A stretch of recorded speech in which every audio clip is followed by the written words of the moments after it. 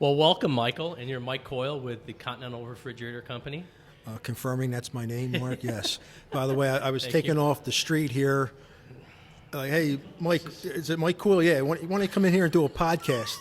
Yeah, sure, Mark. Here I am. I mean, we gave you 2 hours notice, Mike, so that's, you know what I mean? You're used to doing that in your sales manager There you position, go. aren't you? There you go. So thank you very much for being on the Gerharz podcast. We found this to be very good for our customers, good for people listening to the podcast, to get to know people in the industry, and you're actually the second really manufacturer that we've had on the podcast from Gerharz. So welcome. I thank you, and I feel honored to do this. These questions are not going to be hard, so don't worry. My favorite colors are now. Well, that's a good question. I'll get to that later. So explain to me a little bit about Continental Refrigerator. Okay, well, commercial manufacturer of refrigeration. We are USA made, just outside of Philadelphia, Bensalem, PA. We are a value-added flexibility type company. We're not really a commodity player. We're more about a solution provider company, offering flexibility and versatility in the product line. Nice. Broad line, anything from reach-ins, multiple various sizes of 1-section, 2-section, 3-section refrigerators or freezers, warming cabinets, more applicable to schools, then a plethora of under-counter worktops, sandwich units, pizza prep, griddle stands, roll-ins, anything I missed, milk coolers. So a broad line, about 2,500 models. Wow. Today you made a good point. So you're in town from Philadelphia for a training session with all our sales reps. Yes. And you know, one of the things I took away today is, and I knew it, and we all know it, but we don't think about it. Refrigeration never takes a day off, never takes an hour off, never takes a minute off. 24 hours a day, 7 days a week, it's running. And that's something interesting that I think a lot of people, they know it, but they don't understand it. Like, it can have a bad day. If it has a bad day, you can lose product, you can lose money, you can increase your food cost. You know, refrigeration really is the most important thing next to ventilation in a kitchen. And it's funny, and that's a nice little segue into the conversation here, because as I was telling people in the first meeting, I said this morning prior to coming in here, left my hotel room, I took a nice little quiet walk in the development, and I was on actually it was the Ruby Tuesdays, so they're not open for breakfast. So dead light, no cars, and I'm walking in there, I'm hearing the birds, and next thing I hear a little humming. And I look over, and what is it? It's the walk-ins, and they're spinning. I said, there you go.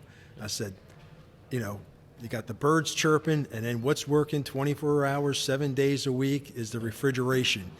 And we're unlike our cars, what do? We go from point A to point B. We park it for 8 hours, give or take, at work. You know, you drive it home. It sits another 8 or 10 hours at home. Even cars don't get the same amount of work as a refrigeration system does. Yeah. So that's so to me, and you know, of course, dovetailing into Continental, you know, that's the one thing that we really thrive on is we are looking to, unlike traditional, a lot of the other units, you know, we really beef up our refrigeration systems. We'll put in expansion valves where applicable for quick recovery. So we're trying to make our units to be long-lasting and durable. Because it's a competitive market. You're not in a market that there's not, you know, how many manufacturers? I mean, there's probably, with imports, there's probably 15 or 20 manufacturers that compete in that line. You know, I might be going back two or three NAFMs. I forget which one it was, because COVID fog, so excuse me for remembering here. But I remember looking at the NAFM list of, say, reach-ins. I think I counted 64 competitors. And obviously it's been a plethora of imports coming into the country. Mm-hmm. So all I can say is that when the imports started arriving back in the late 90s, it made us better. We had to look and say to ourselves, how are we going to make ourselves better? We have to provide better service, and we have to make our units better. Yeah. So, and that's just dumbing it down for right now without getting into the whole product line. Before COVID, you guys were on a pretty good pace to, you know, that you were setting sales goals and records, and weren't you? You kind of had gotten into that. I mean, I've been with Continental for 28 years, and that's my only experience in this industry, and it's a blessing, and I love the company. And I have to say, every year was our company's and my best year, with the exception of this year. Yeah. I mean, I'd be fooling myself if I said we're the year is even better than last year, and it's not. Mm-hmm. We all got challenged there, of course. Call it from March into April, Mayish area. Then, where business substantially dropped, unless you were dealing with the sanitizers. Here we go. We got a sanitizer right now. Thought we'd throw that in there a little. Gloves, anything dealing with protection. Refrigeration kind of took a back seat. So thankfully, as spring came along, how you see that 1 minute of daylight each day, we started to see, hopefully, as I think most of the industry, we saw a little more uptick. Not at the levels where it has been, but at a level that we can sustain for now. Mm-hmm. So let's talk a little bit about, so you guys, one of the reasons that we use Continental is because you're made right outside of Philadelphia. Is that the only location that you guys manufacture from? It is. The town is called Bensalem. It's in the suburbs of Philadelphia. The county's Bucks County. We are a privately held company, and we've been around since 1988 as a company under the current ownership. Right. Now, like chain business is a big thing that all of us want to get involved with because it brings the opportunity to expand your brand, expand the amount of units you sell. You guys have gotten yourself into some nice chains and some nice businesses. Do you see that as a growth potential market, or do you see more of the niche, like bringing solutions to people? Well, okay, so I'd be a fool not to say, chain business isn't important, because it is. But thankfully, we're diversified. We are like Gerharz, and that's why our relationship's so great. We're value added like Gerharz. We're into chains like Gerharz. We're into design build like Gerharz. We're into bids like Gerharz.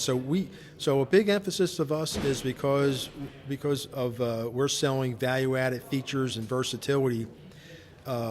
Getting specified, getting into design build, and getting into the mature chain accounts. Like oftentimes, if a chain's just popping up, they may be under a tight budget, and they may not be ready to invest in. And it could be a part of our problem, maybe selling it, upselling the value added at that time. But we all know sometimes it's a budget and they got to hit it. But we come around that second time, and you've got some chains that you work with us on that we have added that value added, where all of a sudden everything makes sense. For example, you're under a budget, so you have to stick with, say, doors on an undercounter or a worktop or a pizza prep. Well, we say protect your investment, stick with Continental, because if your menu changes or you hire a new chef or Gerharz, if you did a design build and the chef wasn't picked out by the restaurant management group, and the hot chef comes in from New York City and he says, "Where are the drawers?" Well, you protect your investment because you can add drawers in the field. Yeah. Now you can't get that with most players out there.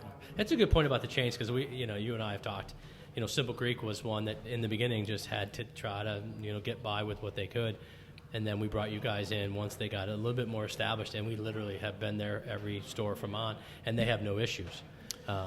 We've solved the issues that they had in the beginning, and it was because we went with with you guys and a quality product and relationships. And I talk about this a lot on the podcast.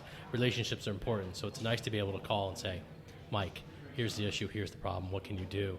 Where when you're going to another one of these companies, that relationship isn't there, or they're so big, you're just a number, or you're just a customer. You're not a real partner in that. And I think that's what's special about Continental. Plus, you guys have got good products and good service and good relationships, and cheaper than the big three that I call them. I call you guys one of the big three now, and you guys are cheaper than most of those in the big three. And I appreciate those comments, because like I said earlier, again, not the blow smoke mark here, but what I love about dealing with Gerharz is you're our kind of customer. You're just not. I like to use that Dunkin' Donuts commercial from way back. When you wake up, it's time to make the donuts. Yeah. Like like there's no energy when you're doing the same thing every day. And like for example, coming in knowing that I wasn't waiting for somebody to come to me and say, I need a price on a certain model, and you better beat the last guy or beat the next guy. Yeah. We're like, how can we solve your problem today? Yeah, and that's important because Dick will say that all the time. He'll say, don't sell them. If it's garbage, don't sell it because it's just a headache that you're going to have and you're going to have to deal with. Sell them something that you know you can stand behind, or somebody, sell them something that you know that you can work with another manufacturer, like you, or another manufacturer if it's cooking equipment or something else that will help this customer get going and get started. And you guys don't walk away from problems, which is something that the internet, that thing you gave us today from MAFSI, that was good because the internet, while it serves a purpose, isn't the end be all with which I think refrigeration is very difficult to sell because just through that training today, there's so many things that you have to ask those questions. And what kind of condition is the kitchen? What product are you putting into it? What are you using it for? How many times are you opening the door? All these things that people need to think about. If they just look at price, they're not going to be happy in a couple of years, or they might not be happy in a month. But Correct. They have who are they going to call? Right, yeah, right. There's nobody on that internet that's going to solve a problem once the unit's right. sold. And I have to say, in the long run, it's the blessing in disguise about being a commercial refrigeration because selling it just on the internet, we all know the customer. We don't want to lose that sale on the internet, but when because that sale's already gone because it's a big piece of equipment. But when that customer gets it and he realizes he's got to take it off the truck, he's got to uncrate it, he's got to bring it in, or he finds freight damage to it, he has a challenge where the traditional channels, the value added, like going through a dealership, like Gerharz, that's the value that you bring to the table, and so to us that's very important because. We need an educated dealer to be able to sell us, and then the fact that they can take it to that next level and put the finishing touches up until the installation of the box. That saying about you get what you pay for is so true when it comes to everything that we sell. But sometimes it's that having that relationship with the customer to be able to say to them, you can buy this, but it's only going to last you 5 to 7 years, or you can spend $500-$600 more, and you're going to have it. You said today there's some units that are out there, some 1990. In fact, I should pull it up and find it for you. But one of my dealers down in Maryland, I got a text like, "What's this?" He's like, and I look at it, it's like, "Oh my God!" He's showing me a serial number. It's going back to like 1989 or 88, and it says "still ticking, Mike." And I was like, "Son of a gun!" Yeah. So as we all know, it comes down to the. Just like your cars you have to have preventive maintenance, changing the oil, this and that. Refrigeration, whether whose box it is, it still has to have a certain amount of preventive maintenance to it in the long run. But we do build ours beefier to last in the long run. Yeah, and I take care of it; it's going to last. That's a good analogy because you take care of your car because it's an investment for a restaurant. Refrigeration is it's a big investment. It's probably the second largest expense they will have, whether it's a walk-in or reach-ins or freezers, whatever it is. It's usually the most expensive thing they do next to hoods. So I thought that was a good analogy because you don't think about it that way, but it really is true. If you don't take care of it, it's not going to last you. And if you do take good care of it, you're going to get many more years. And it's those simple things like cleaning the condenser. I mean, it's that simple. Clean it. And on our websites we show how you do it. There's other plethora of other sites out there about how do you do preventive maintenance on your own besides having a refrigeration guy. But there's some really simple things, and that can give longevity to your unit. What's the biggest seller for Continental? You know what? Our biggest seller has got to be everybody's biggest seller. The classic 2-door reach-in solid door refrigerator, and then a 1-door freezer. Yeah. Isn't that so? When we look at doing orders, sometimes and what do we need for stock? It literally is a 2-door, 1-door, or we go to worktops or sandwich units, and once in a while we'll buy a draft beer cooler just to have one on the floor. Yes. If somebody comes in and needs a single kegerator or something for their basement. And then from there, it's with our broad line, a lot has to do with the flexibility and versatility of our broad line of sandwich units and pizza prep. Mm-hmm. Where we can go left or right with the compressor on side-mounted units. We have that unique drawer over the compressor on our side-mounted units, so it gives you more cubic capacity and the same footprints of our major competitors. Why are you guys kind of walking down that road of doing what you're doing, being more customized units or flexibility, when some manufacturers are just saying, you know what, here it is, take it or leave it? Where you guys have kind of, and today we learned this in the training, you're building solutions for not only the dealers but the end users and the customers and the people that use it. Why do you think that is? Why are you guys taking a different approach? And obviously it's working because your business is growing, and I know you're in some very big chains because we're part of those with you. And regionally, we have Burned Dairies and SU and some other big customers, the Simple Greeks, and we've done it because it worked for us and it's a solution-based product, and they're seeing the benefits of it, and so are we.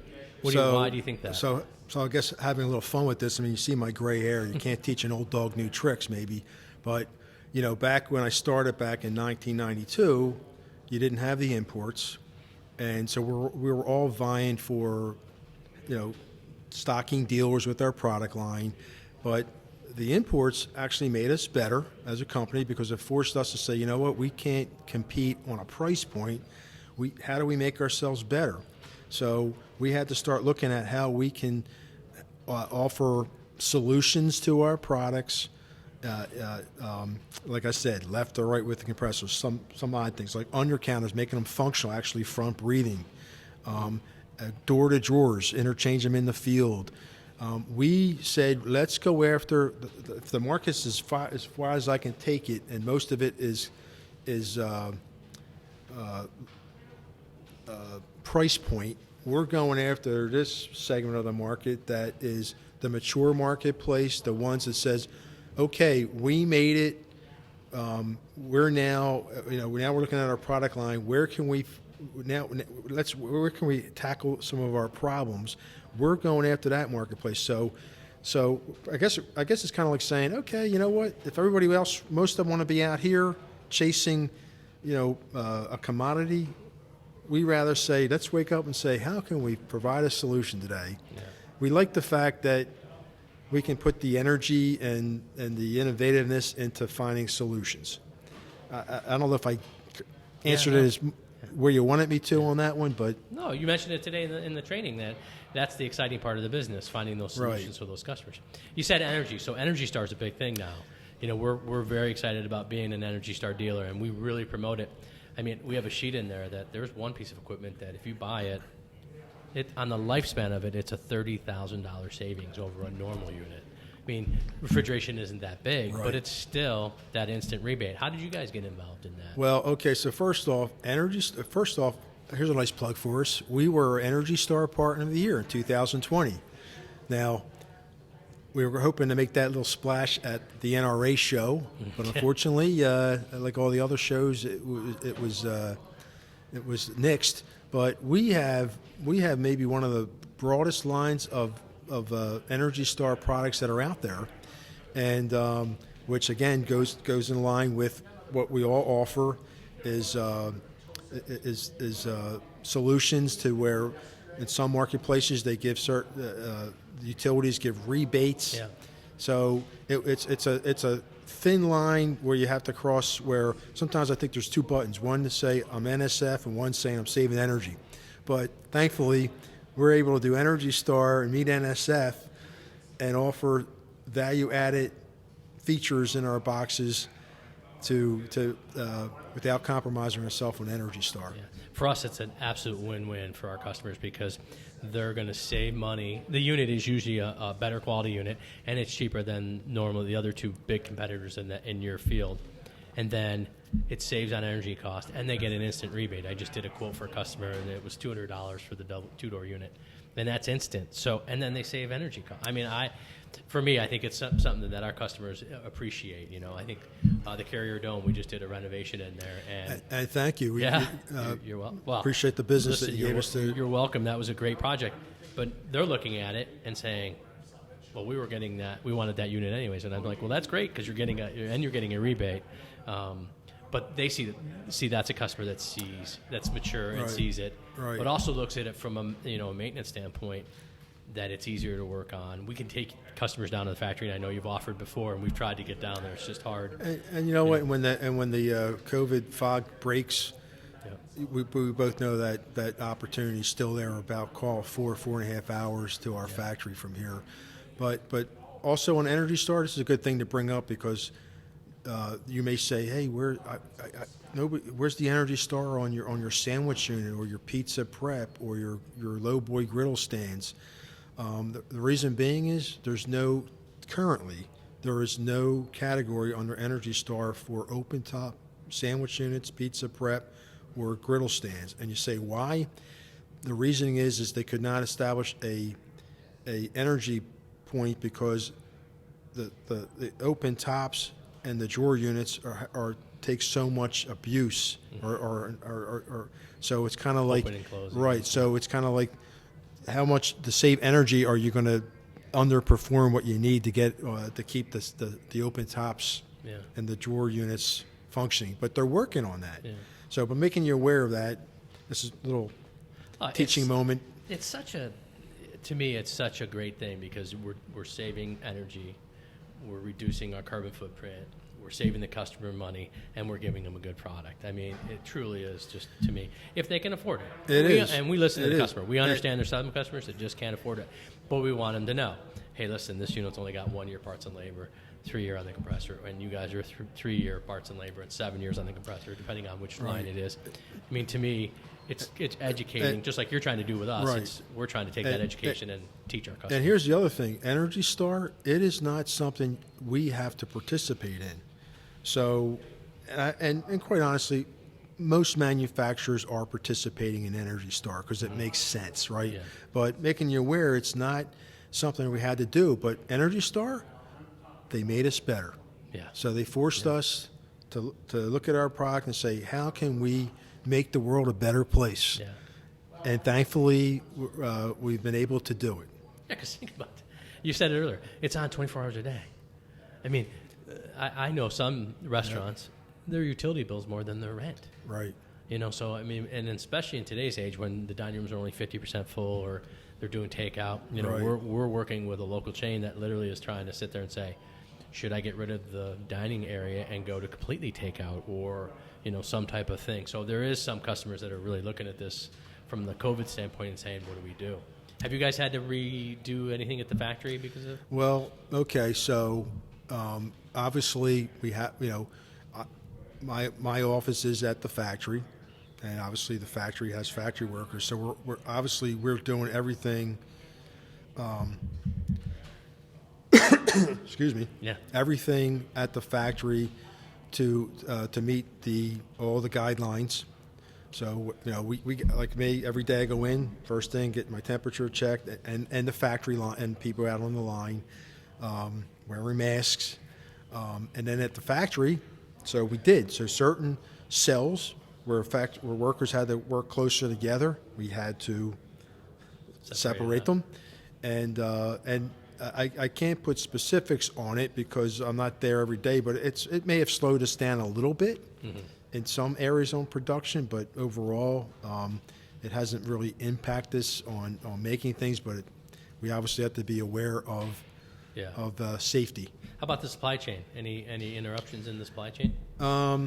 Yes. So more in the beginning, not now, but in the very beginning. And of course, the funny part is it was then, and then of course business dropped dramatically. But we had to, but waiting for. I mean, every manufacturer gets things from overseas. So some things getting delayed coming from other parts of the world. It could be sitting out on the ocean. Could be sitting on a dock before they come in to leave. So I'd have to say overall it did not impact us at all. There may have been a few hiccups here and there, you know, but not to a major extent. How many employees do you guys have? We have about 300 employees. Okay. How's the labor been hard to get? Because I know up here we're seeing still those effects. Restaurants are still, you know, we talked about it today. We had a pretty big convenience store chain in, and they're struggling with labor. Well, they just can't seem to get this. So at the factory, I guess we're always looking for, the right employees. So I'm not on the day-to-day on the HR side to really know the impact of hiring for the factory side, but I would say that it is not as easy to find people out there as it used to, and also the complication that we're doing this while we're under restrictions because of C-19. The interviewing process of certain things, like having to do it. Yeah. You said today's the first day you've been out. So, as you well know, me, Mark, I travel for our company. I do trade shows throughout the country, buying conferences. I work in territories with our manufacturing rep groups, and my last one was March. I left Denver, and we all know middle of March, that's when the world turned upside down for the United States anyway. Mm-hmm. And this is my first trip outside my office walls, and I have to say thank you. You picked a few days for me to come up. God. The weather was in the 60s or wherever it is right now. Yeah. Like I was like, when you guys brought this up to me back in September, I was like, oh great, it's going to be. I might as well bring my snow boots with me. And it snowed on Sunday night, Monday. Did it really? Yeah, just a trace, but okay. And you know what? I actually love snow. So, but I guess who likes to drive in it? But upstate New York, I love upstate New York. Yeah, because we've talked before, and I know you vacation up here once in a while. From Lake George all the way over to Seneca Lake. So I love upstate New York. Yeah. Those, like we talked about Skinny Atlas earlier. Skinny. I gotta remember how to say that. Skinny Atlas, skinny. That's the way to say it. Because I drove up, it's like, what's that? I know it starts with an S. And I'm gonna chop it up. You're right. It's that's beautiful. Oh, it is. And the Four Seasons, and a lot of things that we've done, and we've talked to people on podcasts. They love the community. They love the upstate New York, and it's hard to get people to realize, how beautiful it is up here. And people say, "Oh, upstate New York, you're this, you're that." Well, there's a lot of quality of life and a lot of good things happening in this area. And we invested all this money in this beautiful building. And I was going to ask you that question. I was going to say, how are the people getting these people in here? Because this building is just gorgeous. It's just special. It's a special building. I do a lot of travel. Yeah. And this is a nice place to come to work. Yeah. My son works for a manufacturer in the food service equipment, and he was here a couple times. He's like, yeah, it's really nice. And then now he's gone down to Charlotte, and he's traveled around, and he goes, there is no other dealership. And that's what we were going for. We were going for the education center. We were going for the design department, our sales pods, our meeting rooms, these podcasts, our new marketing, efforts. We're trying to be the premier dealer. And it's, slowly, surely paying off. But this COVID kind of just, hit us at the wrong time. But out of everything bad, there's opportunities. And that's what we're looking at now with what can we do to help customers, and what can we do to help our vendors, and what can we do? Because, while it's been tragic for everybody, we've got to move forward. We've got to get out of that fog, as you called it. And again, so people who are listening to this podcast, I've never done a podcast. Yeah. That's, creativity on your part. Yeah. Literally, you just asked, hey, Mike, you want to do a podcast? Like, okay.